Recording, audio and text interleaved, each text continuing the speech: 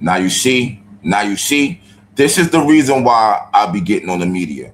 I wish y'all would just be honest and say the WNBA is a black league. We want it to remain a black league. So we don't want Caitlin Clark being the face, not Sophie, not nobody else. We want someone black. So every chance we get, we're going to tear the white females down who play basketball here. I wish they would just say that. Then we will understand why they sound so stupid on camera. Let's talk about it. Shout out to everybody out there. Welcome to Angry Fan Sports. Subscribe to the channel if you like the content. Let's get right into it. We have none other than Monica McNutt. All right, let's listen to what this idiot has to say. I'm glad that they rescinded it because for that action being minimal, like a brush, this is what should have happened and the right thing happened. What? Like, what is all I'm saying is I have flashbacks to college where my teammate bumped into a coach like this and it was a problem. What the fuck are you talking about? What the fuck are you talking about? All you know is you have flashbacks to when you was in college, your teammate brushed against a coach and it was a problem. What does that have to do with the WNBA and Caitlin Clark getting bodied out of bounds where she accidentally brushes into a referee? How the fuck are you equating the two as the same thing?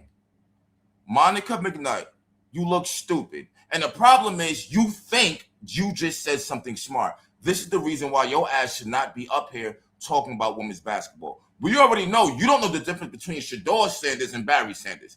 You already embarrassed yourself there. But here you are making yourself look more like an idiot. Just say you don't like Caitlin Clark. Just say you rather it be a black league and not a white league. That makes sense because you making yourself look like a fucking idiot up here.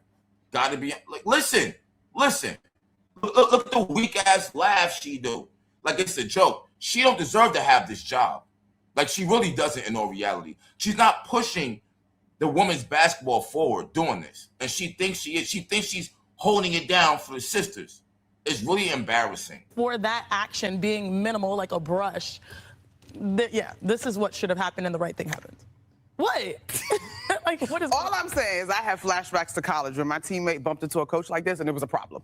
Where your teammate did what? Bumped into one of our coaches this way and it was a problem. But I think when we analyze it, if Caitlin didn't say anything, it is marginal. I think rescinding it was fine. But I do understand in the moment how we got here. Well, and this is why you have the process. So if you feel like she didn't say nothing and rescinding was fine, then what the fuck did you mention your teammate brushing into a coach for? Like, why'd you even do that then? This is why I don't like them. This is why I don't like them. They go out their way to push their narrative. They're not here for women's basketball, yo. They're not. They've been doing this for 2.5 seasons. The only reason why Chini Agumake switched her tune, she was scared as fuck she was going to lose her job. That's why. This is insane right here, man. And then Cheryl Miller. Oh my God, we gotta talk, man. I'm so disappointed in you. I already knew Sue Bird was a snake. She started interviewing everybody who fouled Caitlin Clark, laughing and whatnot, joking like it was funny. I already knew she was a snake. But like, listen to this. This is nasty. This is so nasty. Meanwhile, the Fever, they're actually back in the win column after last night's win against the Sky. But the moment that everyone is talking about it actually came in the first quarter when Chicago's Dejanay Carrington was ejected for a flagrant 2 on Sophie Cunningham. Now, after the game, Fever head coach Stephanie White said she agreed with the call, but acknowledged that Carrington's a physical player and that she didn't think it was intentional. Thanks a lot, Stephanie White. Thanks for having your players back also. Fucking retard. Obviously, this coming after Cunningham recently voiced support for limiting the eligibility of transgender women in female sports, and race continues to be a part of the context of conversation all around the league. You know, we talk a lot this season about the growth of the WNBA. I'm curious, Cheryl, how you expect players. Well, before we continue forward, let's not forget this sudden incident, this whole race was all Dejanay Carrington, because for some reason, y'all conveniently forget to say that part. She went and said white privilege. This had nothing to do with race until she did that. to continue to galvanize around the league, push it forward, stand in their conviction when they need to, and do both of those things in the 30th season of the WNBA? You know, I want to see all those things, but I also, more importantly, want to see that same leadership during the collective bargaining agreement and how they rallied around the brand, the WNBA, and that's what I want to see. I want them to do the same things that they did during that time and stand up for their brand. This is our brand, and not watch a bunch of outsiders hijack the league and our narrative. Yeah. Okay, that's the problem right there. Did you hear the last two words? Our narrative. What's your narrative? Y'all supposed to be a basketball league. What's the narrative? That's the problem. What you mean people hijack it? Do you mean like what? What? People making it about basketball? Because that's all the outsiders are actually doing in all reality. What they're saying is biological men shouldn't play against women. That's it. It's not a narrative. Do y'all not realize about 5% of y'all actually agree with this shit? Y'all are outnumbered all the way around the board. You mean to tell me y'all grew up for 30 years, you had all these kids wanting to play in the WNBA, all these females growing up wanting to play in the WNBA, and y'all are sitting here saying, no, it could be men included also. That's what y'all are saying. I don't even think y'all get it. Sophie is standing up for the WNBA more than y'all are. Y'all are trying to let biologically born men play here. Now y'all look like a fucking joke. You have ex-NBA players coming here. Y'all did this. She actually tried to make it about women's basketball. Y'all did it because of your narrative, Cheryl Miller. I mean, this is such a nuanced conversation, probably difficult to have in a halftime segment. I don't even want to see her talk because she's in commercials for pro-trans people playing basketball. So why are we even listening to her? But I do think that there are people trying to leverage our league for their own personal gain. And in my experience as a player, particularly in 2020, what I learned is you have tough conversations behind closed doors, you strategize, and that's how you figure out how to, for lack of a better, defend yourselves and defend what this league has built. No, that's the fucking problem. Y'all got paid. You got eyes watching you. Y'all been bitching and crying the whole time about this. Make it about basketball, Sue Bird. What are you not getting? Y'all are so busy trying to be the face of this and the face of that. It's making y'all look stupid. And here's the thing about it that nobody's actually getting. Y'all look so crazy right now. It don't even matter if you fix this. Now y'all will really be known as a joke. Hold up. Because I don't think people get where I'm even coming from here. Niggas ain't give a fuck about the WNBA the entire time it's been here. Now that we care, we see how much of a fucking clown show and a circus this is. All right? Y'all was better off just not being seen. This might be why y'all hate Caitlin Clark too. She gave y'all what y'all thought y'all wanted, but now that we all can see how much of a fucking discombobulation this league is, now y'all mad at that. Y'all did it. When Clark came here in 2024, y'all actually should have made this about basketball. She's the reason why y'all got paid. It's not because of y'all. Like we got to stop this narrative that y'all was already going to get this money. No, y'all wasn't. It's common sense you make it about basketball. Y'all too busy trying to keep a narrative alive. The narrative is the why nobody was even watching y'all because y'all was too busy doing that shit. Like, it's crazy to me that they don't get this. Now a bunch of outsiders is trying to... Guess what? The outsiders is the reason why people got paid. Because the outsiders started watching. So make up your mind. You want the money or not?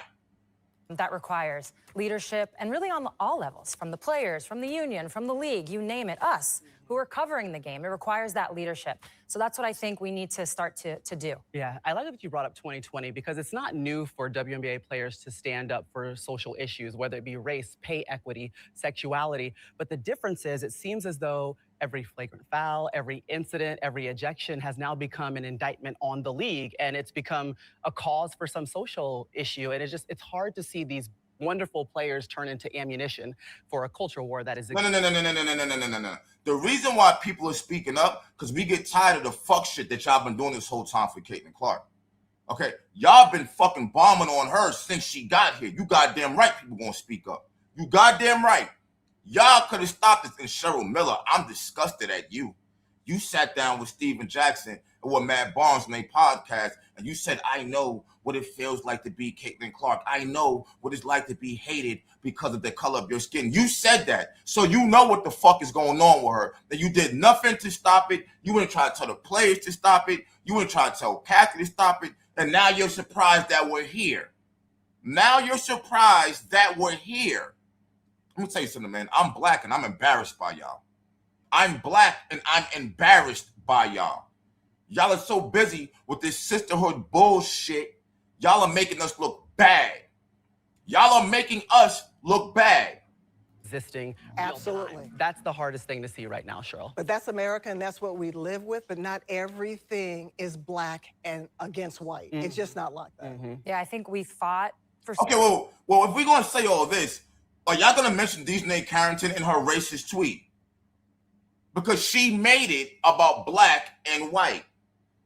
Like, y'all are conveniently missing this part out. She made it about black and white. So why aren't y'all talking about that? So many years, but in 2020 especially, to get to a point where we were talking about the basketball. Yeah. And now somehow the basketball is being used against us. When, think about 30 years in, look at the players we're watching tonight. That's what we should be talking about. Listen. Oh, now you want to make it about basketball. But when you went around calling Caitlin Clark fans racist the past 2.5 seasons, you ain't give a fuck about basketball. Now that y'all look stupid, now let's get to basketball. That's what it should have been 2.5 seasons ago. That's what it should have been 2.5 seasons ago. Too late now, mama.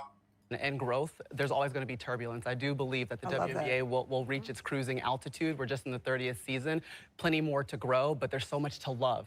Sure, where you going? Subscribe to... Knock it off. We ain't subscribed to nothing because y'all talking a bunch of bullshit. Knock it off. I'm telling y'all, they're crazy. No accountability. The media has been the main ones pushing this race narrative the entire time. They're not I guarantee you more people started watching in 2024 than they had, period. So how the fuck do you not know this ain't supposed to be about that no more? How do you not know that? Y'all sat here and begged for flights. You sat here and begged for more money. But like this and that and this and that. You want players who retired to get paid. At what expense do you think that's going to come? You think you're going to do all that and still be racial? And then got the audacity to be beating up on the main person who got you the money? Are y'all fucking retarded? Outsiders are trying to hijack the league. Mama, this ain't even a league. All right? This is a goddamn freak show over here. Y'all just happen to play basketball. Y'all run around humping on each other and you happen to play basketball. This is not a real league. All right? Y'all keep doing this 30-year shit. Nobody cared till fucking 3 years ago. 2.5 years ago. That's when we started caring. Y'all damn near a brand new league at this point.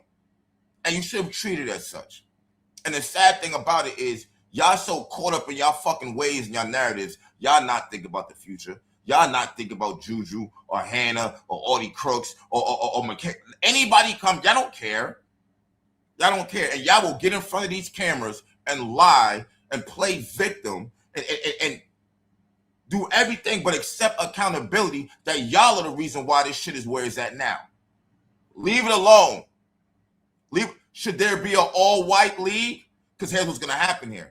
If there's an all-white league that comes about and Clark and Sophie and all of them that's way more popular than everybody else goes over there, then y'all going to feel stupid when the ratings are higher than y'all's. Then y'all going to say, oh, it's white privilege and this and that.